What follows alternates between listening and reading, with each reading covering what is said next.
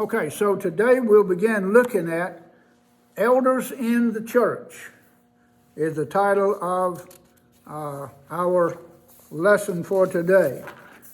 We're going to deal, of course, if we have time, with the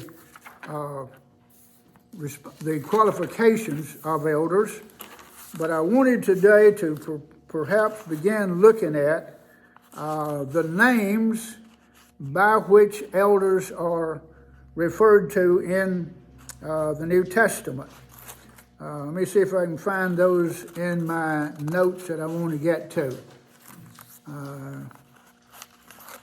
Well, I'm not finding it here right off. Let me back up a little bit. Okay.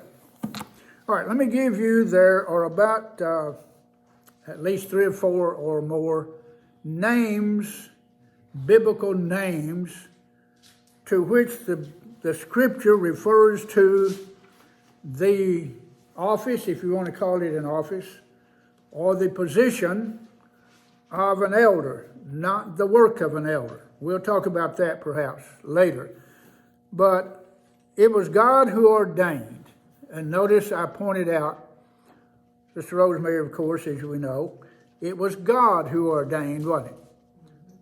That local congregation should have overseers by men who are known as, and we'll give you those names, okay? Now, yesterday, by the way, I think I have been mentioning, we had a seminar in Africa. Sister Jackie and Barbara and I were talking about this earlier today as we were having lunch. We had a seminar yesterday in Africa. The brethren there had organized it. The congregation that really led in the organizing the seminar had just recently appointed elders in their congregation. That's kind of unusual in Africa and even here. Do you know that, and I'm just stating facts, that the majority of the black congregations in America do not have elders? And I'm going to leave that there because I don't know necessarily why. I have my thoughts and my opinions, but that's all it is. But I was teaching the brethren yesterday. Now, they had been meeting themselves, and I told you that Brother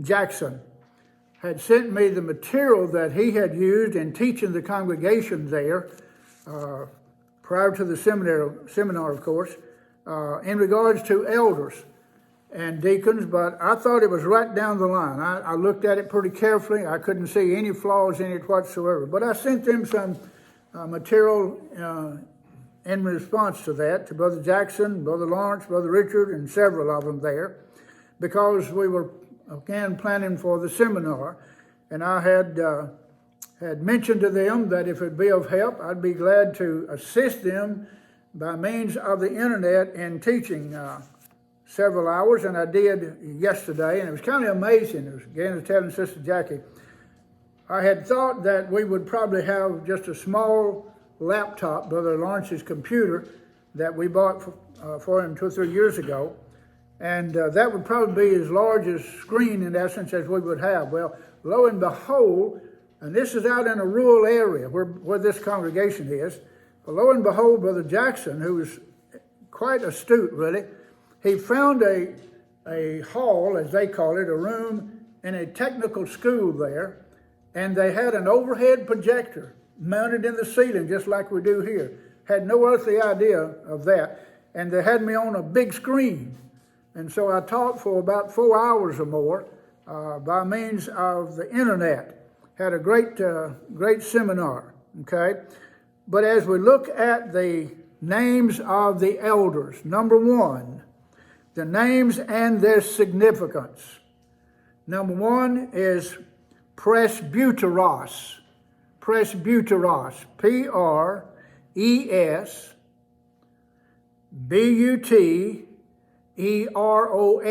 I'll spell it again. It's important that you get that. Presbyteros. That's the Greek name for the one that we'll look at. Presbyteros, Presbyteros, presbyteros, okay? Translated into English, it would be presbyter. A presbyter, Presbyter. And from that we get the word elder, which means one advanced in life. An elder, talking about an elder man. A senior, and that's according to Thayer's Greek Interlinear, and Thayer's recognized worldwide, as far as I know, as one of the greater scholars of the biblical Greek language. So the word also applies dignity and wisdom. That's according to Bullinger, who is also a Greek scholar. I'm not a Greek scholar, of course, by any means. I knew a little Greek one time. He was about that high, lived around the corner, and that's all the Greek I know. Used to study Greek some, but I haven't in some time. But anyway, presbyteros, okay? Elder. Now, turn with me, if you will, first of all, to the book of 1 Timothy, chapter 5.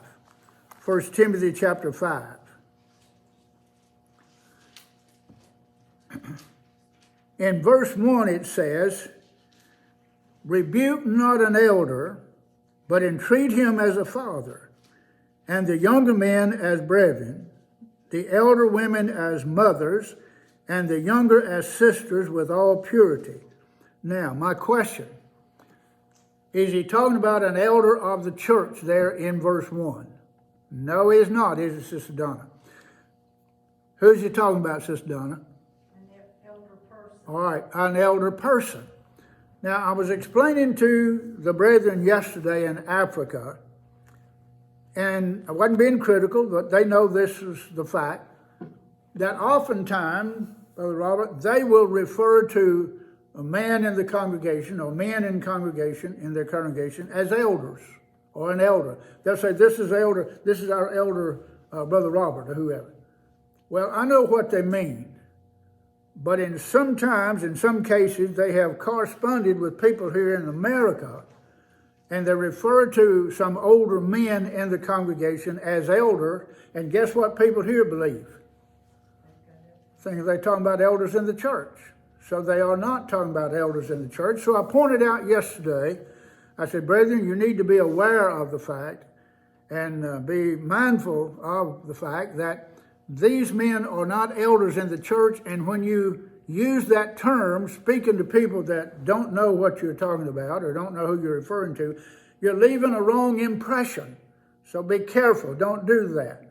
And so there in 1 Timothy, it's talking about an elder man, not an elder in the church. Now, Paul does talk about later that the congregation or the preacher has an obligation to rebuke an elder. There it says, rebuke not an elder in 1 Timothy 5, but it's not talking about an elder of the church, it's talking about an elder person. Look at the context. It talks about a father and a mother and so forth. So it's not talking about an elder in the church. But we do have an obligation to rebuke an elder that sins. So it's not that we don't have any authority to rebuke an elder if there's a need. In fact, the preacher ought to be the one that helps lead in that, should that ever take place. Now, something else, though, I want to emphasize here on the presbyteros, okay? That is, again, translated elder. That's the word from which we get the word elder, because it means one that is advanced in life, again, an older person, or a senior. Now, we need to discuss that a little bit, because there are a lot of times misconceptions and false ideas and discussions on who can be selected and appointed as an elder. What age? So what age, Brother Robert? What age should we perhaps use as a means of selecting and appointing elders? Well, I don't know the way you could say an age limit, a certain age, but you've got to have someone that's not a novice, that knows the Bible and has life you know, that's gonna determine the age, And that would eliminate whom? the young. The younger, okay? I have seen situations, and probably you as well, in my judgment, they had selected and appointed youngers instead of elders. Let me illustrate that, if I may. If you have a congregation, let's just say this congregation, men present, and all of us, ladies as well, and they are all, or at least the majority of them, are older in age, let's just say 60 years and up. You think it would be wise to appoint an elder then that's probably in his 30s or 40s? Absolutely not, okay? He's not old enough, hadn't had enough experience, doesn't have the wisdom, he hasn't had the training, doesn't know the Bible a lot of times, so that would be unwise and unscriptural to do so, because it talks about an older person. That's the meaning of that word, an older person, okay? Not someone who is younger in age. Now, if the situation was different and you had a much younger congregation and a guy 40 or 50 years old was probably one of the oldest men in the congregation or among the older men in the congregation, it may be a different situation, mightn't it? So you have to take everything into consideration there, okay? But my point is, I think a lot of times, again, in my judgment, we have appointed men as elders when they weren't elder, that is, elderly. They hadn't had enough training and years and experience, okay? Notice that Thayer or Bullinger implied that the word also implies dignity and wisdom, okay? So how do you get wisdom, by the way? You know, we talk about people having wisdom. What does James say about getting wisdom? Pray for wisdom. What is wisdom, by the way? It comes by knowledge and being able to use that knowledge. All right. Wisdom is the ability to apply the knowledge, right? You get that by praying. Now, also that comes through, Sister Marilyn, obviously that comes through experience and wisdom. Experience and gaining knowledge from experience and so forth, okay? But James says pray for wisdom, okay? So we need people who are older, the experience, and have wisdom, okay? That's what the word implies. Or if you have thoughts or questions anytime, speak up if you will. The second word that we see the office of the elder is episkopos. Episkopos, E-P-I-S, K-O-P-O-S, E-P-I-S, K-O-P-O-S. Episkopos is the Greek pronunciation. Episkopos. Episkopos is translated bishop or overseer. A bishop or overseer. An overseer, a man charged with the duty of seeing that things are done by others, are done rightly, and or any curator or guardian or superintendent. That's according to Thayer. And Bullinger notes that this word denotes his duty. So in episkopos, it carries with it also not only just the definition, but his duty. Now let me go back and look at that with you just a little bit. The word is translated, or from that we get the word bishop. There again, we find people, of course, in the denominational world that misuse that, doesn't understand the definition of it. The question, though, is, could we rightly defer to our elders, suppose we had elders and good qualified elders, could we refer to them as bishops? Yes, we can. But we need to qualify that. We need to be careful, again, how we use that. If you just say to someone that don't know, maybe someone in the denomination world, introduce someone in this congregation who's one of our elders as one of our bishops, you think that person might have the right understanding or understand what you're talking about? Would not. So be cautious. be cautious how you would use that, even though it is correct. And then overseer. That's the same word, episkopos. A bishop or an overseer. Could we refer to an elder as an overseer? Okay? So what is the duty? Bullinger kind of states, not in detail, but Bullinger states somewhat the responsibility or the duty of a bishop or an overseer. What's his responsibility? Let me read that to you again, and this is not all of it, but this is just a part. A man charged with the duty, so here's the responsibility of an elder, with the duty of seeing that things done by others are done rightly or correctly. So you have an elder, okay, and let's talk about then deacons. We'll talk about that later. You have elders and deacons.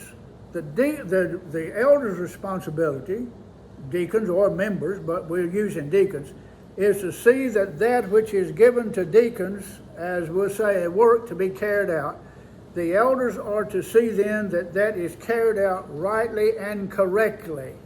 Let them do it, but see that it is done properly. You remember I told you a number of times, perhaps, where Tammy and Mike attend church a number of years ago when we were in that area. They needed to expand the church building there. The elders called in the deacons, said, we need to expand the church building. You draw the plans, or you get some plans, you do whatever the work you need to do, bring it to us, we'll look at it, but you build the building. We don't have time to leave the table. We don't have time to leave the work of the elders and build buildings. Guess what, Brother Robert? You won't believe this, but the building got built without the elders, Sister Donna, doing the micromanaging. You know, normally elders will give the responsibility to members or deacons, and then they have to micromanage every little step. That's not the duty of an elder, okay? Give it to someone else. You see that it's done right, but let them do it. That's a major part. One of the major things that we face today in the church, in my judgment, in regards to leadership and especially eldership, elders do not know what they're supposed to be doing. They wind up then doing the work of a deacon, and the poor deacon runs around wringing his hands wondering what he's supposed to be doing, because the preacher normally winds up doing the work of the elder. Totally, we preached against, brethren, listen, we have preached against the pastor system and followed it to a T. Elders not doing their job, deacons doesn't know what to do, and the preacher winds up being the pastor of the congregation. Episkopos, okay? All right, I'll give you the third word. I'll give you all of these right quick. Yeah, we got another 5 minutes or so. Number 3, poimen. Poimen. Poimen.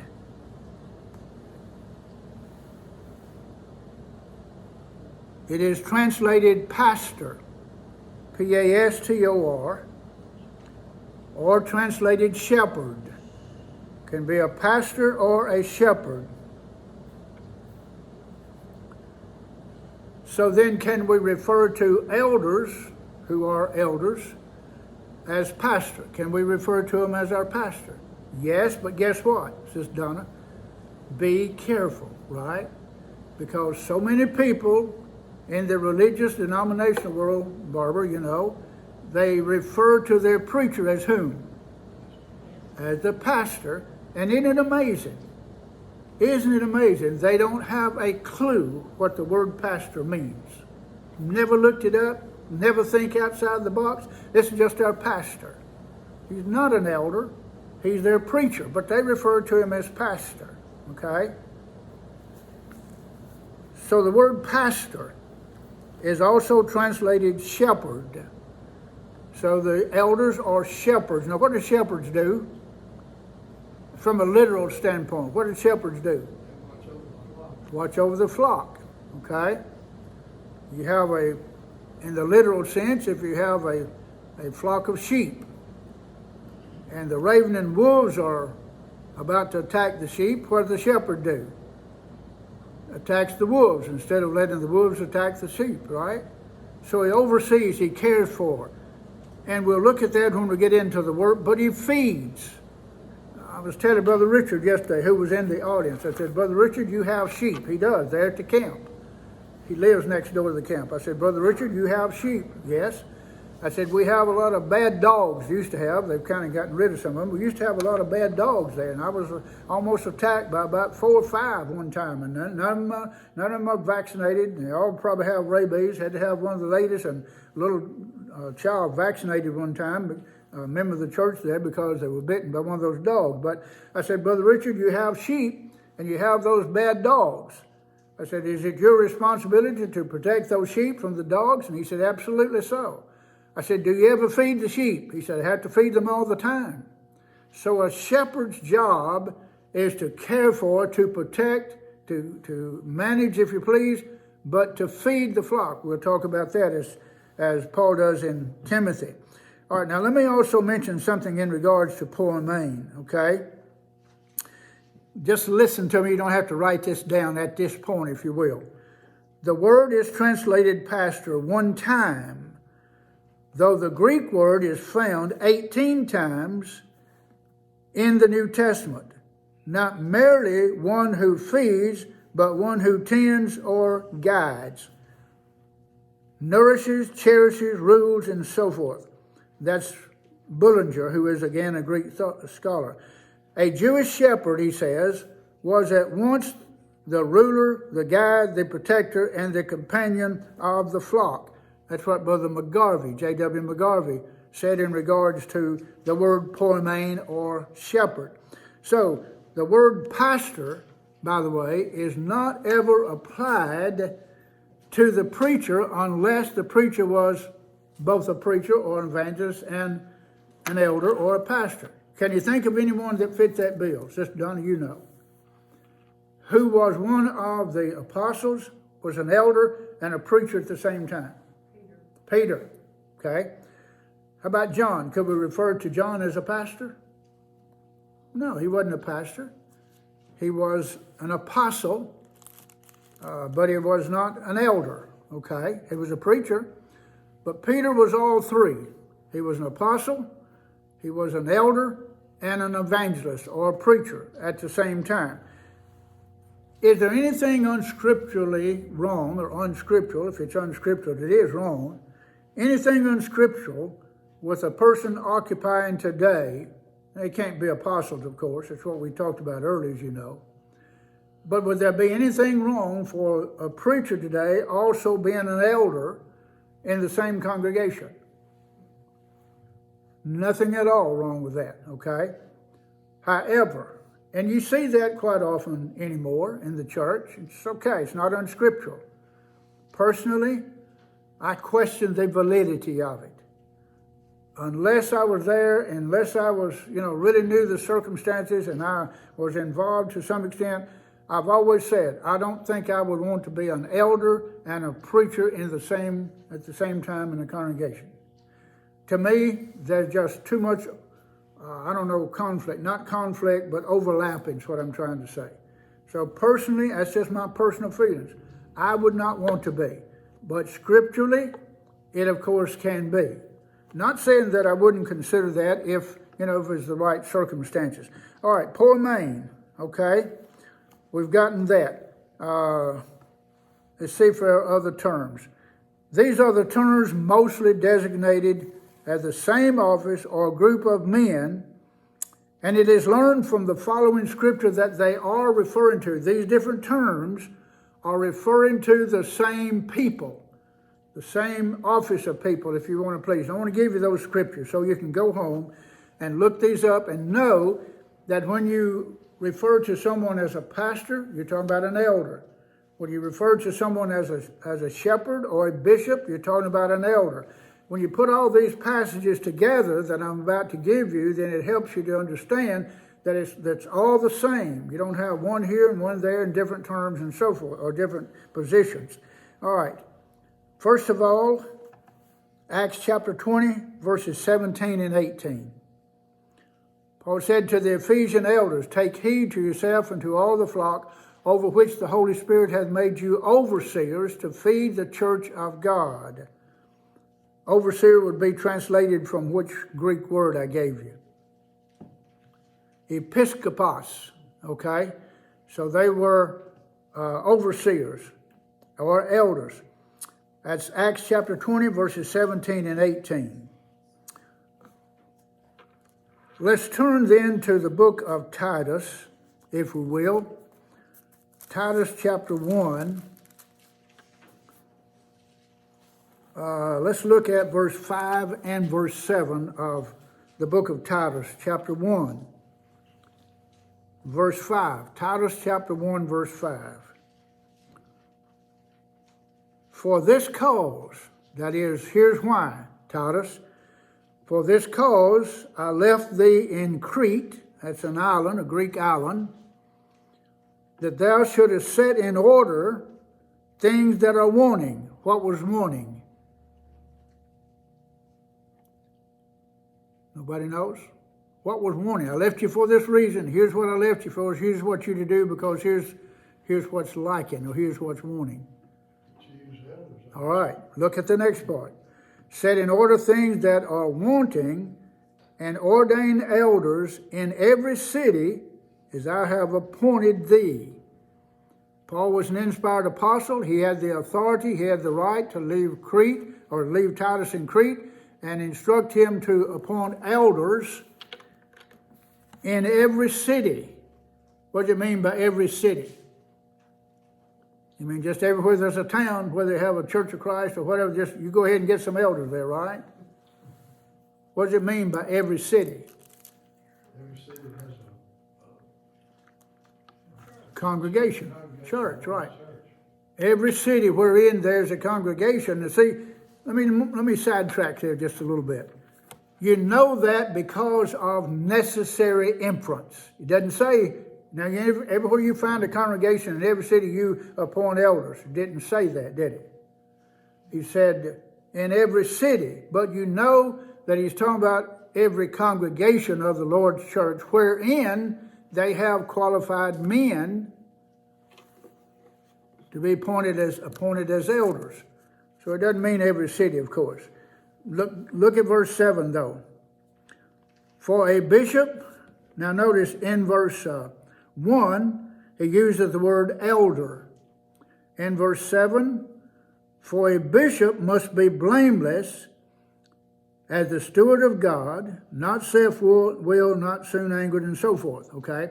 So here in the context, Paul left Titus in Crete to lead in the instruction and the appointing of elders, but he uses the word elder in one verse and the word bishop in the next verse there that we looked at. So it's talking about the same office, okay? Now, I'm going to have to end our class here because of time, but let me make a statement you need to think about, okay? I'm going to turn this off because I'm